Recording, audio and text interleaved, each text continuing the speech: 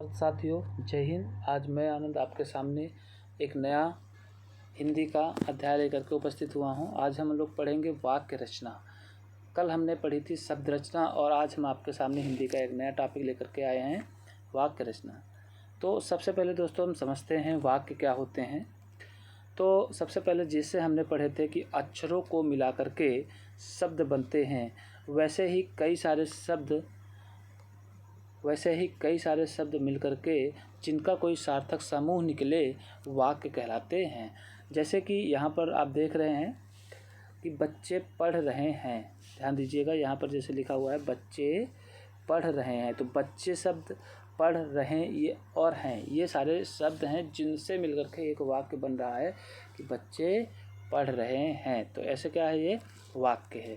तो इस प्रकार हम कह सकते हैं शब्दों के सार्थक संघात को वाक्य कहते हैं, या आप ऐसे कह सकते हो शब्दों के सार्थक समूह को वाक्य कहते हैं। आप ऐसे भी कह सकते हो। चलिए आगे देखते हैं वाक्य के कितने भेद होते हैं। ठीक है, तो अगर हम देखें तो वाक्य के कितने भेद होते हैं, तो सबसे पहले यहाँ पर 3 भेद होते हैं। नंबर 1 अर्थ के अनुसार,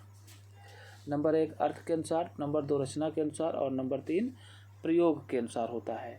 ठीक है साथियों, तो वाक्य देखो, इस वाक्य में इस तरह से पढ़ना है कि हमको पूरा जो वाक्य का चैप्टर है वो पूरा रट जाए। ठीक है, तो एक बार मैं फिर से इसका रिवीजन करता हूँ कि शब्दों के सार्थक समूह को वाक्य कहते हैं।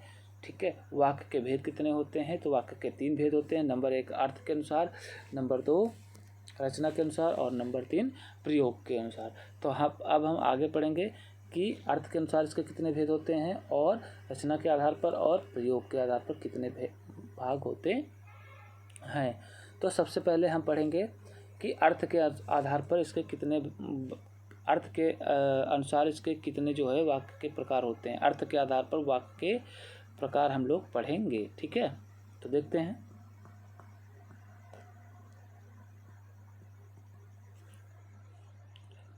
तो अर्थ के अनुसार हम वाक्य पढ़ेंगे। तो अर्थ के अनुसार पहला है हमारा विधिवाचक वाक्य। ठीक है, दूसरा है निषेधात्मक वाक्य, तीसरा है प्रश्नवाचक वाक्य, चौथा है विस्मयादिबोधक, पांचवा है संभाव्यवाची वाक्य और छठा है आज्ञासूचक और सातवां है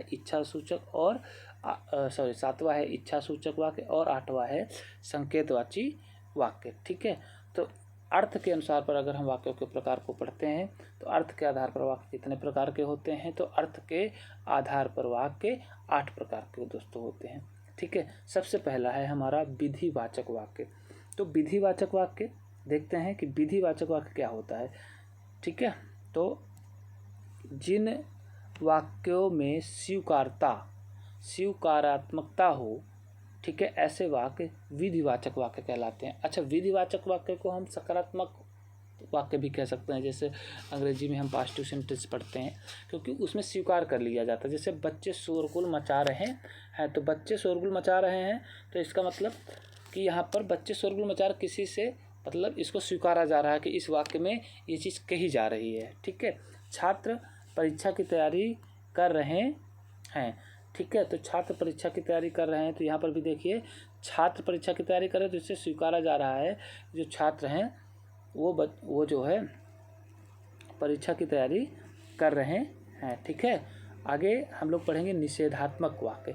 निषेधात्मक वाक्य मतलब नकारात्मक वाक्य, मतलब जिन वाक्यों में उसमें स्वीकारात्मकता थे, इसमें नकारात्मक, इसमें नकारा नहीं जा सकता है, अर्थात ऐसे वाक्य जिनमें नहीं का प्रयोग होता है निषेधात्मक वाक्य कहलाते हैं। जैसे आजकल कुछ छात्र ठीक से तैयारी नहीं कर रहे हैं। ठीक है, न जाने क्यों अलका हिंदी नहीं लिख रही है। ठीक है, इस तरह से आगे आते हैं प्रश्नवाचक वाक्य पर। ठीक है, आगे आते हैं प्रश्नवाचक वाक्य।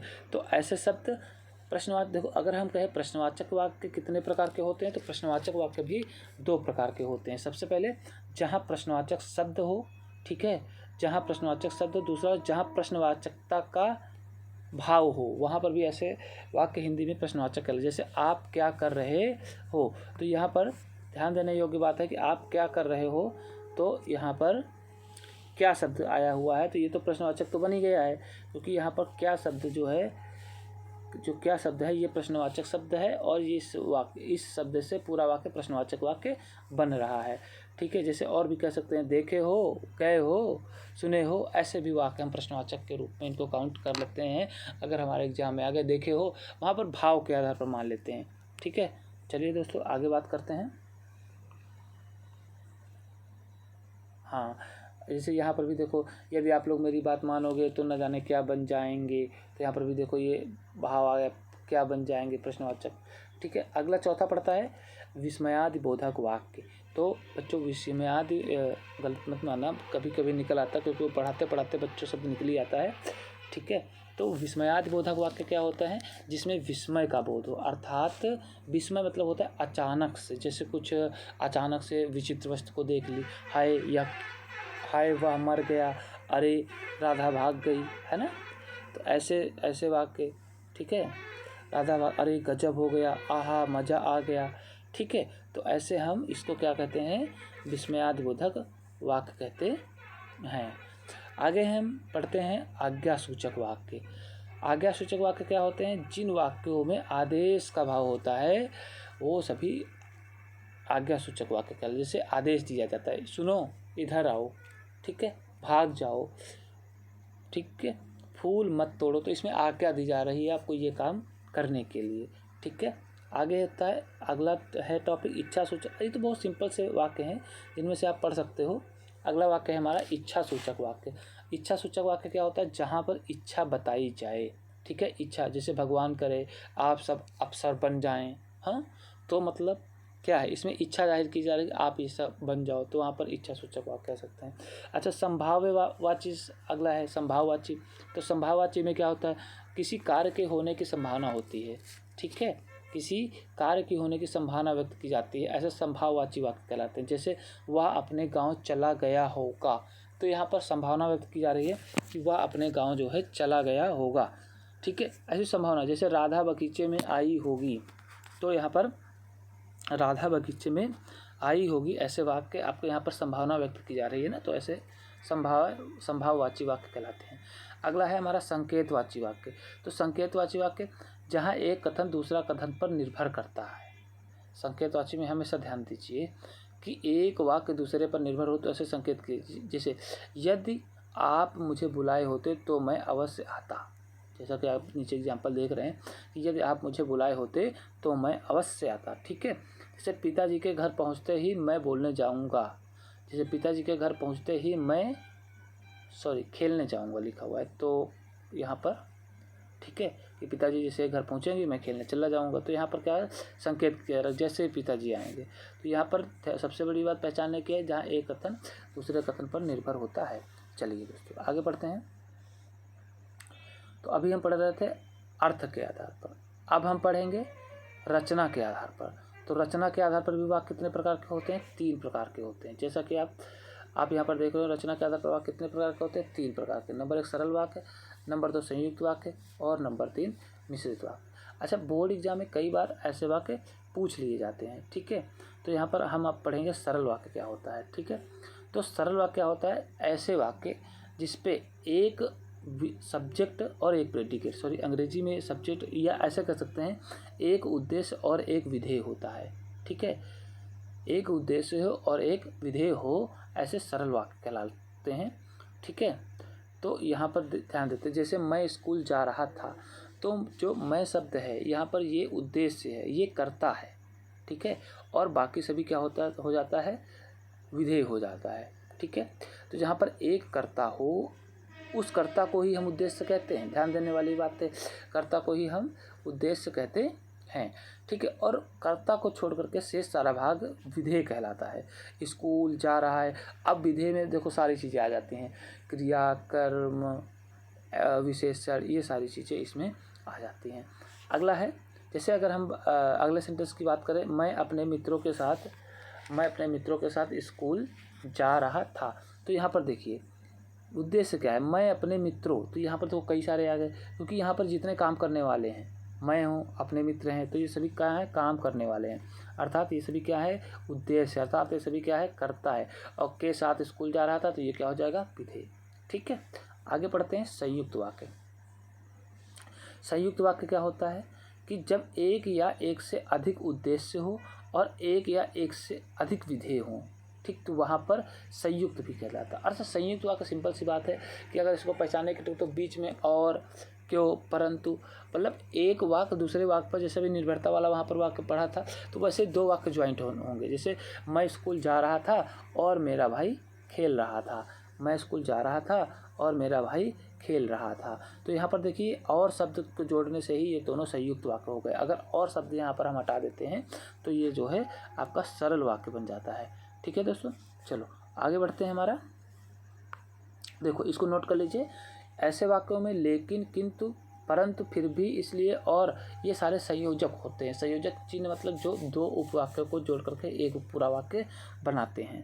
ठीक है, जैसे लिखा है उसके पिताजी ने उसे बहुत रोका किंतु वह राधा से मिलने चला ही गया। तो यहाँ पर तो किंतु शब्द आ गया और किंतु जो है इसको जोड़ रहा है, इसलिए ये चीज़ जो है यहाँ पर आपका संयुक्त वाक्य है। ठीक है, अब ध्यान दीजिए, अब मिश्रित वाक्य। ठीक है, मिश्रित वाक्य आप कैसे पहचानोगे? ठीक है, तो मिश्रित वाक्य में क्या होता है, ध्यान दें। एक उद्देश्य होता है और एक से अधिक कई विधेय हों। एक उद्देश्य होता है और एक से अधिक कई सारे विधेय हों। तो एक उद्देश्य मतलब एक कर्ता हो, एक कर्ता को छोड़ करके, जैसे ही बरसात हुई मेढक बोलने लगे। ध्यान दीजिएगा कि जैसे ही बरसात हुई, तो यहाँ पर बरसात हुई, बरसात यहाँ पर जैसे लिखा हुआ है बरसात हुई, ये एक विधेयक है। बोलने लगे, ये दूसरा विधेयक है। ठीक है, विधेयक क्या होता है, मतलब कर्ता को छोड़कर उस वाक्य को कंप्लीट करने वाला शेष सारा भाग, उस वाक्य को पूरा करने वाला शेष सारा भाग मिश्रित वाक्य कहलाता है। ठीक है, तो इस तरह से जैसे ही बरसात हुई मेढक बोलने लगे, तो मेढक तो उद्देश्य हो गया और बोलने लगे विधेय हो गया, और दूसरा विधेय ये बन जाएगा आपका। ठीक है, तो चलिए आगे देखते हैं। आगे है प्रयोग के आधार पर वाक्य। तो प्रयोग के आधार पर वाक्य जो होते हैं वो कितने प्रकार के होते हैं? प्रयोग के आधार पर भी आप पढ़ेंगे 3 प्रकार के होते हैं। एक कर्तवाच्य, कर्मवाच्य और भाववाच्य। संस्कृत में भी इसको पढ़ना पड़ता है। ठीक है, तो सबसे पहले प्रयोग के आधार पर भी वाक्य 3 प्रकार के होते हैं। कौन कौन से? कर्तवाच्य, कर्मवाच्य और भाववाच्य। तो हम सबसे पहले पढ़ेंगे कर्तवाच्य। तो कर्तवाच्य में क्या होता है? जहाँ ऐसे वाक्य जहाँ पर कर्ता प्रधान होता है, ठीक है, और कथन का भार कर्ता पर पड़ता है। तो सिंपल ऐसे समझिएगा कि जिन वाक्यों में कर्ता प्रधान होता है वहाँ पर, ठीक है, कर्तवाच्य। जैसे अध्यापक हिंदी पढ़ा रहे हैं, ठीक है, छात्र हिंदी पढ़ रहे हैं, तो यहाँ पर सबसे ज़्यादा अध्यापक करता है पहले वाले इस वाले वाक्य में, और इस दूसरे वाले वाक्य में छात्र जो है करता है। तो ऐसे वाक्य क्या है? कर्तवाच्य हैं। ठीक है, ऐसे वाक्य क्या होते हैं? कर्तवाच्य। और कर्तवाच्य हो गए। अब आगे चलते हैं कर्मवाच्य। ठीक है, तो सीधा कर्तवाच्य का उल्टा कर्मवाच्य। ऐसे वाक्य जिसमें कर्म प्रधान होता है, ठीक, कर्म में प्रायः प्रत्यक्ष या परोक्ष रूप से द्वारा शब्द का प्रयोग होता है। मतलब हाँ, द्वारा समझ, जैसे अध्यापक के द्वारा हिंदी पढ़ाई जा रही है। अंग्रेजी में जैसे आपने एक्टिव पैसिव पढ़ा होगा थोड़ा बहुत, ठीक है, तो वैसे ही समझिए जो है एक्टिव पैसिव। ठीक है, तो वैसे एक्टिव पैसिव जो है यहाँ पर अध्यापक द्वारा हिंदी पढ़ाई जा रही है, तो यहाँ पर क्या है जो है ये बन जाएगा आपका कर्मवाच्य, क्योंकि यहाँ कर्म प्रधान हो गया, क्योंकि यहाँ पर हिंदी प्रधान है, क्योंकि हिंदी क्या पढ़ाया जा रहा है? हिंदी पढ़ाई जा रही है। किसके द्वारा पढ़ाई जा रही है? अध्यापक के द्वारा, छात्रों के द्वारा हिंदी पढ़ी जा रही है, तो ये कर्तवाच्य है। ठीक है, तो ये सारी चीज़ें आपको यहाँ पर ध्यान देना है। अगला है भाववाच्य। ठीक है, अगला है आपका भाववाच्य। तो भाववाच्य में हम लोग पढ़ेंगे ऐसे जहाँ पर क्या होता है? भाववाच्य मतलब भाव प्रधान होता है। ठीक है, भाव प्रधान होता है। भाववाच्य प्रायः नकारात्मक होता है और आक्रामक क्रिया से युक्त होता है। जैसे मेरे पिताजी से नहीं दौड़ा जाता। अब ध्यान दीजिए, हिंदी पूरी की पूरी जो भी है वो सभी भाव पर डिपेंड करती है। ध्यान देने योग्य बात है। ठीक है, पूरी की पूरी हिंदी आपके भाव पर निर्भर करती है। तो यहाँ पर मेरे पिताजी से दौड़ा नहीं जाता है, तो यहाँ पर भाव कि उनसे नहीं हो रहा है, समझिए। माता जी से नहीं देखा जाता है।